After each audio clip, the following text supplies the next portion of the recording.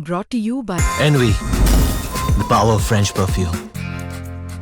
Nice perfume. Nice perfume. Envy, the power of French perfume. है कि Ben Stokes और Jofra Archer England की 11 से बाहर हो चुके हैं। इंग्लैंड ने अनाउंस कर दी है अपनी 11, इंडिया ने हालांकि अपनी 11 अनाउंस नहीं करी है, बट एक जो कॉन्फिडेंस लेकर इंडियन टीम यहाँ पहुँची थी, यानी लंदन में जो पहुँची थी, आई थिंक कहीं ना कहीं आप इंडिया का कॉन्फिडेंस थोड़ा और ऊपर चला गया होगा आज। कॉन्फिडेंस ऊपर गया होगा बिकॉज बेन स्टोक्स कप्तान है ना।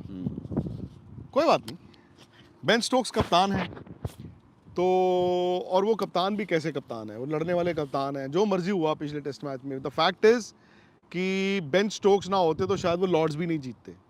कप्तान जब बाहर होता है राहुल, तो जाहिर तौर पे यार वो आपकी ना आधी ताकत ले जाता है। ओली पोप कप्तान है, फिर आपने बताया जोफ्रा आर्चर भी नहीं है।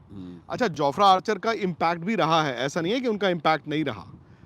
ओवल में हमेशा आप देखें बाउंस एक्स्ट्रा मिलता है।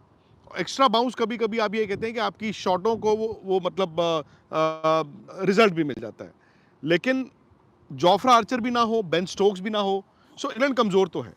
इंग्लैंड जो अपनी टीम का ऐलान किया है, उन्होंने क्या किया है, उन्होंने स्पिनर नहीं रखा। अब उन्होंने कोई स्पिनर नहीं रखा वर्सेस इंडिया जो 3 स्पिनर खिलाने के बारे में सोच रहा है। अब क्या इंग्लैंड की 11 इंडिया की सोच में फर्क आएगा? मतलब हम कुलदीप की बात कर रहे थे और कुलदीप ने तो जबरदस्त गेंदबाजी की है। आज भी उन्होंने प्रैक्टिस में बड़ी अच्छी बॉल डाली, कल भी उन्होंने डाली, हमने देखा। तो मुझे लगता है कि इंग्लैंड अंडर प्रेशर है राहुल, बिकॉज इंग्लैंड ने सोचा नहीं था सीरीज शुरू होने से पहले कि आप ओवल आएंगे बिना सीरीज जीते, और पिछले टेस्ट मैच में भी उन्होंने नहीं सोचा था कि ओवल वो आएंगे बिना टेस्ट मैच जीते। आप यहां पर थे, आपने तो यार वो मैनचेस्टर का ऐतिहासिक टेस्ट मैच देखा है। इनफैक्ट जब आप पीछे मुड़ के देखेंगे तो आप इस टेस्ट मैच को आने वाले कई साल तक याद रखेंगे। कई साल मतलब कई साल। बट इंडिया का वो रेजिलियंस, मैंने आज इंडिया की टीम को देखा जब होटल से निकल रही थी, वो नया कॉन्फिडेंस था राहुल, बड़े रिलैक्स थे।